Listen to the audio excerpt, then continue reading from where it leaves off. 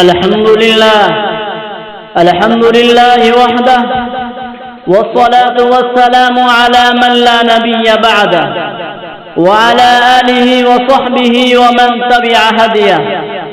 أما بعد، فاتقوا الله معاشر المسلمين، وكونوا على نسائكم وبناتكم من المحافظين، فإنهن أمانة قد أمرتم بحفظها ووقايتها.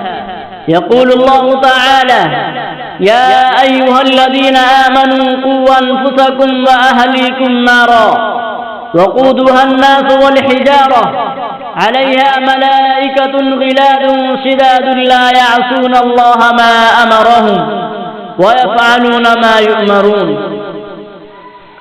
أيها المسلمون، هناك قضية مهمة من قضايا، وهي قضية الحجاب، ألا وهي مسألة النقاب الشرعي، فهو درجة عالية في الستر والطهر، ينبغي للمؤمنات التشبث به سيرا على خطى الصالحات الأوليات، معرضات كل الإعراض أما يثار حول النقاب من الشبهات، فإنه ليس من التشدد والغلو.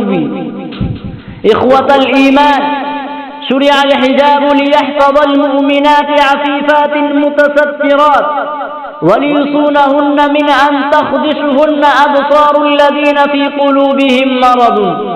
يقول الله سبحانه وتعالى: يا أيها النبي قل لأزواجك وبناتك ونساء المؤمنين يدنين عليهن من جلابيبهن، ذلك أدنى أن يعرفن فلا يؤذين، وكان الله غفورا رحيما.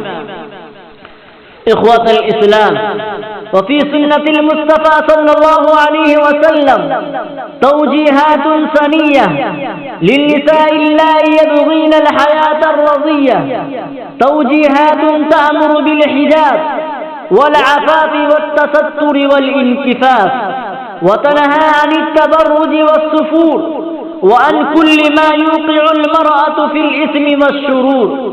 ففي حديث أبي هريرة أن رسول الله صلى الله عليه وسلم قال: صنفان من أهل النار، ومنها نساء كاسيات عاريات مميلات مائلات لا يدخلن الجنة ولا يجدن ريحها، وإن ريحها ليوجد من مسيرة كذا وكذا. أيها المسلمون، ومن هذه التوجيهات للنساء الفضليات ألا يختلطن بالرجال أو يزاحمنهم في الطرقات، ولا يخرجن متزينات متعطرات إلا عند المحارم أو في مجامع النساء. فعن أبي أسيد الأنصاري أنه سمع رسول الله صلى الله عليه وسلم يقول وهو خارج من المسجد: فاختلط الرجال مع النساء في الطريق، فقال رسول الله صلى الله عليه وسلم للنساء: استأخرن فإنه ليس لكن أن تحققن الطريق، عليكن بحافات الطريق. فكانت المرأة تلتصق بالجدار حتى إن ثوبها لا يتعلق بالجدار من لصوقها به. قال الإمام القرطبي رحمه الله تعالى: والشريعة طافحة بلزوم النساء بيوتهن والانكفاف عن الخروج منها إلا لضرورة، فإن مست الحاجة إلى الخروج فليكن على احتشام وتستر تام.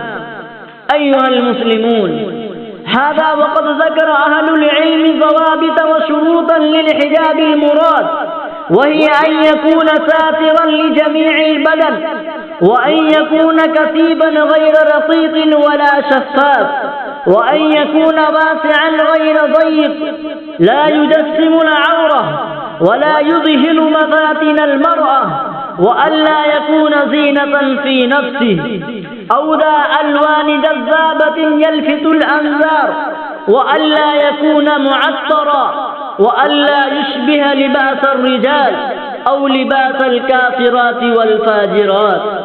أقول ما سمعتم واستغفر الله لي ولكم إنه هو الغفور الرحيم.